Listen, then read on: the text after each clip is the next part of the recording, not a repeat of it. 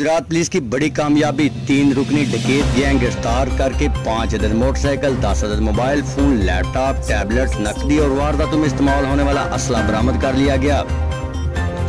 DPO Gujarat Syed तसीफ Haider Shah की हदायत पर SHO थाना सदर लाला मूसा में रोड डकैती और मोटरसाइकिल चोरी में मुलव्वस 3 रुकनी खतरनाक डकैत गैंग को ट्रेस करके गिरफ्तार कर लिया। मुल्ज़मान खारियां और लाला मूसा के इलाका में शहरियों के साथ डकैती की 12 वारदातों में मतलूब थे। गैंग में फयाज मसीह, सरफराज मसीह, जमशेद रजा वगैरह शामिल है, जिनके कब्जा से 5 अदद मोटरसाइकिलें, 10 अदद मोबाइल फोन, 1 अदद लैपटॉप, 1 अदद टैबलेट, 45,000 रुपए नकदी और वारदातों में इस्तेमाल होने वाले 3 पिस्टल जो कि 30 बोर के हैं, इनको पुलिस ने बरामद कर लिया और मुल्ज़मान से मजीद इंटेरोगेशन जारी है। जी कैमरामैन टीम के साथ अदनान असगर भट्ट, फास्ट न्यूज़ गुजरात।